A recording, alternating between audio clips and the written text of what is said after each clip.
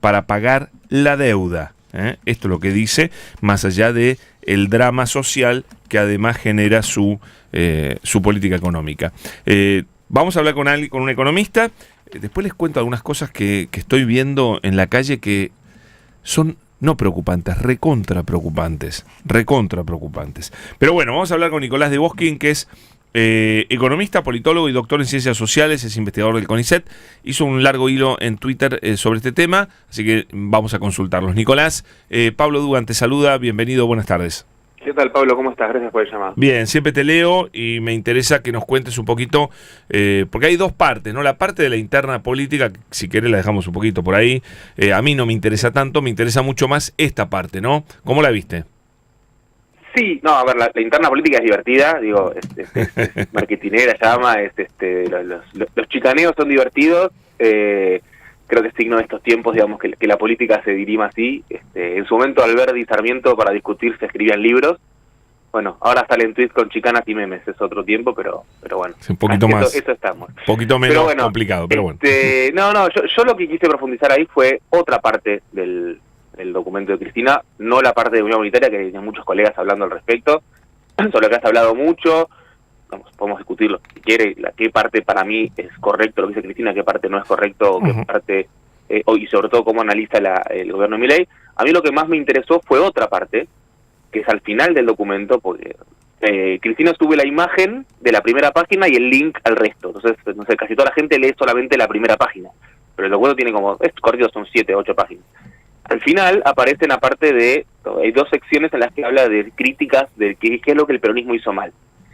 La primera habla directamente del gobierno pasado, donde ella de alguna forma no se hace tan responsable de cosas que hizo mal este gobierno, y básicamente dice que la suba de la inflación fue causa de haber seguido las indicaciones del Fondo Monetario, sobre todo durante la gestión de Massa. Es una parte.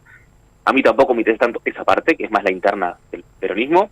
Me interesa más lo de la última, que es donde habla de una crítica al peronismo, pero más donde ella se incluye, digamos, no solo al gobierno pasado, sino a sus gobiernos, que tiene que ver con la comprensión de que el mundo en el que estamos y el país en el que estamos requiere pensar diferente, no solamente las políticas públicas, quiere decir no qué políticas tomar, y en todo caso preguntarnos si lo que se hizo bien, se hizo mal, o por qué se hicieron mal algunas cosas, sino sobre todo la forma de construcción de esa política pública. En particular, lo que plantea es que el mundo del trabajo asalariado, tal como lo conocemos, no pensar la vida organizada sobre la base de nuestros trabajos con sueldos a fin de mes, trabajando y esperando como está claro que esa sociedad no existe más hace rato para muchos argentinos, ¿no? Está claro que hay una mitad de la fuerza de trabajo que trabaja en condiciones precarias, con trabajos informales no registrados, cuenta propia. ¿Hoy cuánto es el trabajo registrado? ¿40% de la fuerza laboral?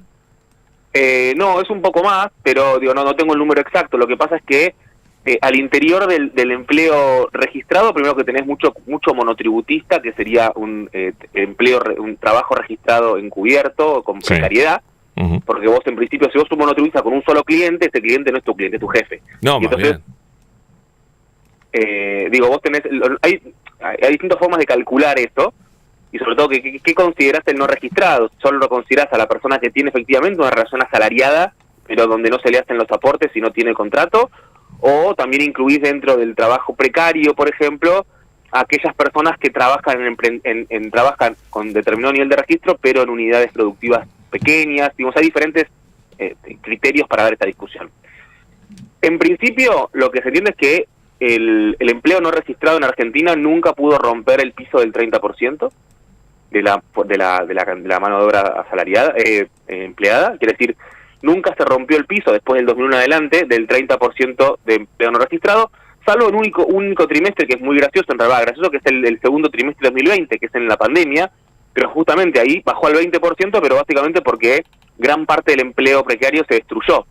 La gente precarizada pasó a ser inactiva, porque no podía ni siquiera buscar trabajo, y la mayoría de los formales mantuvieron su empleo. Me interesa esto que vos criticás, porque Cristina parece tener una visión de futuro, ¿no? En este documento, de cambio. Yo lo que interpreto ahí es que Cristina se está empezando a dar cuenta de algo de lo que muchos vienen planteando hace rato, y sobre todo Juan Grabois y la UTEP hace mucho más que eso, que es que efectivamente la situación de la precariedad laboral y sobre todo la situación de un mercado de trabajo profundamente desigual, que es la característica central de los últimos 50 años, pero que se ha profundizado, ¿no? Los salarios son no solamente cada vez más desiguales entre sectores, sino también al interior de las empresas. La diferencia entre lo que gana un gerente y lo que gana un cadete o lo que gana un operario en una fábrica ha crecido al interior de la misma fábrica. Sí. Por eso, hay muchas formas de la desigualdad. Todo eso lleva a una sociedad diferente, a un mercado de trabajo diferente, en donde lo que tenemos es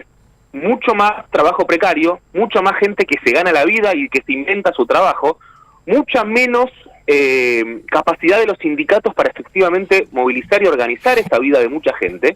Dejan de ser. Pero eso, perdón, Nicolás, eso no puede, vos decís que eso no, te quiero pelear un poquito eso. Sí. Vos decís que eso no puede volver atrás, es decir, la Argentina no puede hoy tener más industria. Viste sí, que hay... se puede tener más industria. Lo que no va a pasar es que lleguemos a que toda la población tenga de su salario de mercado un salario digno. Quiero decir, la estructura productiva mundial está en ese lugar. El mundo está funcionando con una mucho mayor desigualdad, donde para países como el nuestro, países precarizados, a menos que tengamos la posibilidad de aumentar muchísimo la productividad y entonces de insertarnos en las cadenas globales de valor, en los nodos de diseño de alto conocimiento, cosa que estaría bueno, pero no es tan fácil. Digo, el mero crecimiento económico, que la economía crezca, no va a poder garantizar que toda la población pueda vivir del salario. Ni aún si hay un giro, viste que se discute mucho hoy, un giro proteccionista de cuidar más el giro proteccionista está muy bien para determinados sectores, pero como criterio general el giro proteccionista no te alcanza. No solo no te alcanza, es muy difícil de plantearlo en la economía actual. Cuando se hablaba de proteccionismo en la década del 60, lo que hacíamos era defender nuestra industria naciente, nuestra industria joven, de la competencia de otras industrias más productivas o más con mejor tecnología, como las europeas o la japonesa o la yanqui. Ahora, cuando hablas de proteger nuestra industria, hablas de protegernos de eso, pero también de los salarios de miseria que se pagan en los países que funcionan como ensambladoras. Y el sector textil no solo compite con la tecnología, el diseño, también compite con los salarios que se pagan en Bangladesh o en Filipinas, lo mismo que el sector energético, el sector electrónico. Entonces, pensar en el proteccionismo como la forma de garantizar la industria y que eso genere empleo y salarios suficientes para que toda la población pueda vivir de eso, hoy lo veo muy difícil y muchos lo veo muy difícil. Ahora, eso no significa acompañar lo que está haciendo ahora el gobierno de apertura indiscriminada que revienta fábricas. Para nada, es justamente todo lo contrario. ¿No? Digo, frente a esta mayor desigualdad en el mundo, desigualdades productivas, desigualdades regionales, desigualdades de todo tipo, que se expresan en una sociedad donde es cada vez más difícil encontrar incluso consumos iguales entre distintos grupos sociales, un mundo más desigual, una sociedad más desigual. Frente a eso, la respuesta del gobierno, la respuesta del discurso liberal es, bueno, somos individuos y cada uno se gane su vida y que lo que hay que hacer desde el gobierno es liberar las restricciones para que cada uno sea un emprendedor y cada uno pueda desarrollar sus virtudes y ofrecerse al mercado y que el mercado lo resuelva. Bueno, eso está claro que no funciona porque ya se hizo y no funcionó. Lo que está claro también es que seguir pensando en volver a la Argentina industrial quiere decir que garantizando crecimiento solo vamos a llegar a que el mercado de trabajo pueda remunerar correctamente y que todos podamos vivir de nuestro salario, ¿está bien? Ni hablar que los jubilados puedan vivir de sus haberes que salgan solo de los aportes de los trabajadores. Eso no tiene sentido hoy en día. Vos decís que Cristina esto lo entendió. Yo lo que digo es que Cristina lo entendió hace rato que había que hacer otra cosa y lo hizo, porque efectivamente hay sobre todo durante los gobiernos de Cristina, una gran expansión de la política social, algunas que empiezan a tomar forma permanente como la UH, pero otras como las Potenciar Trabajo, Argentina Trabaja, e incluso otro tipo de políticas de complemento de ingresos, incluso no solo para pobres, como los subsidios al transporte, los subsidios energéticos, que no son solo para pobres. Quiere decir, hay un montón de políticas implementadas por el gobierno de Cristina para compensar, ¿sí?, estas falencias. Es decir, el mercado remunera mal, compensamos de otra manera. El salario no alcanza, el Estado te compensa o con subsidios o con planes. Por eso digo, no solamente para los sectores pobres esto que estoy diciendo. Frente a eso, Lo que yo digo es que en el discurso del kirchnerismo, durante mucho tiempo se siguió planteando todo ese esquema como un esquema transitorio. Como que, salvo la UH, que es lo que sí efectivamente pudo conseguir el estatuto de ser una ley con derechos, igualación de derechos, lo cierto es que todo eso tuvo la forma de un estatuto transitorio. Es decir, esto es mientras no consigas trabajo formal. La verdadera integración es cuando tengas trabajo formal, si la economía sigue creciendo y hacemos las cosas bien, y eso vas a dejar de depender del plan. Eso no va a pasar. No solo no va a pasar, termina siendo muy complejo, termina siendo perjudicial para la propia concepción de esos empleos. Vos pensás lo que fue el proyecto de ley Ramona, ¿sí?, hace el año pasado.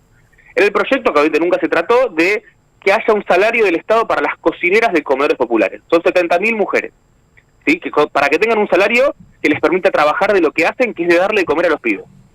Bueno, el discurso de los planes sociales, el discurso que se reprodujo por todos lados, esas personas viven de un plan.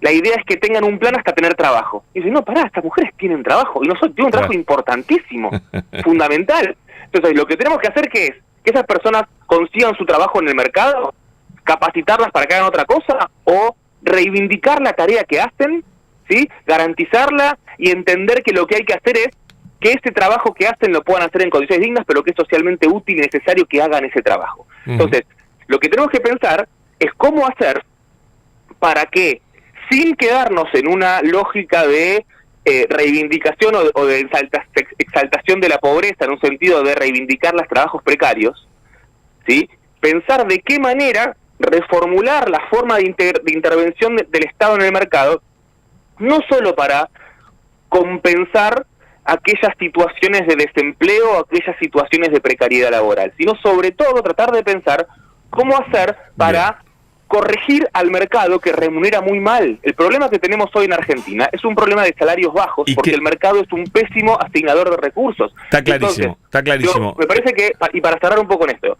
¿qué es lo que el desempleo como fenómeno social es un fenómeno del cual solo pueden darse un lujo aquellas personas que tengan espalda, donde haya, digamos, ahorro previo, alguien que te banque, o un Estado que garantice seguros de paro. Lo que está pasando en Argentina ahora es que el desempleo no va a subir. ¿Por qué? Porque no hay gente en espalda para eso. Y entonces lo que tenemos es el desempleo posiblemente no suba mucho, pero tenemos un gran crecimiento del cuentapropismo, del trabajo precario, de gente que se rompe el lomo laburando y el salario no le alcanza porque el mercado remunera mal.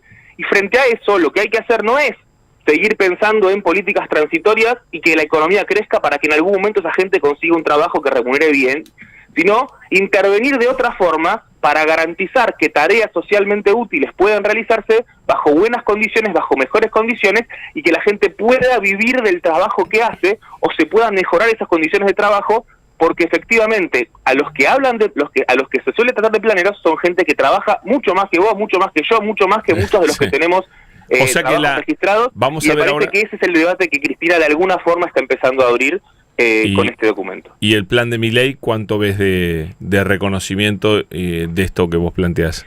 No, yo creo que el discurso de Milei es más un discurso digamos, la idea de que la sociedad salarial, digamos, que el futuro del país no es la estructuración del trabajo registrado, está claro, digamos, lo comparten, lo que no importa el trabajo registrado, al contrario, la idea del discurso de Milei, y sobre todo de Sturzenegger, que es un poco el que está detrás de todo esto, es que todos somos empresarios y que todos lo que hacemos es ofrecer nuestro capital humano y entonces todos tenemos que ser emprendedores y que lo único que tiene que hacer el gobierno es destrabar nuestras fuerzas creativas y productivas. Este es el discurso del gobierno y que en todo caso de lo que se trata es de generar los incentivos para que se invierta y para que la economía crezca por virtud del mercado. Lo que tiene el planteo de Milei es que sí entiende que el mercado remunera bien o asigna bien los recursos, y eso es un problema, porque no es está así. Claro que hay un montón de tareas socialmente útiles que el mercado remunera mal. Cuando ayer Milei dijo en un tuit que los científicos tienen que, o tenemos que vender nuestros libros en el mercado para ver si somos útiles, lo que está asumiendo es que la utilidad de la tarea, en este caso científica, depende de que haya una demanda de mercado para comprarla. Una barbaridad.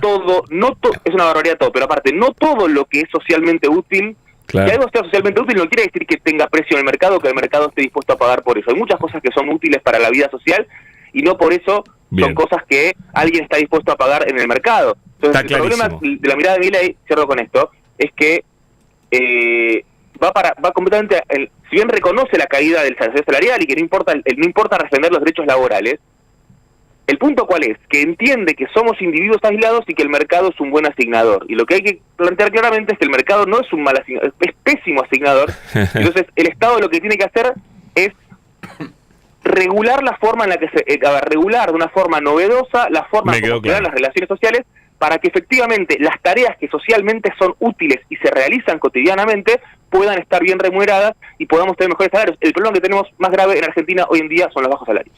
Clarísimo, Nicolás, muy interesante, de verdad, nos quedamos pensando. Muchas gracias. Gracias a ustedes, que tengan buen fin de semana. Un gustazo. Nicolás de Bosquín, economista, politólogo, doctor en ciencias sociales, investigador del CONICET. Señores, 6:51. Marolio es una de las marcas más elegidas por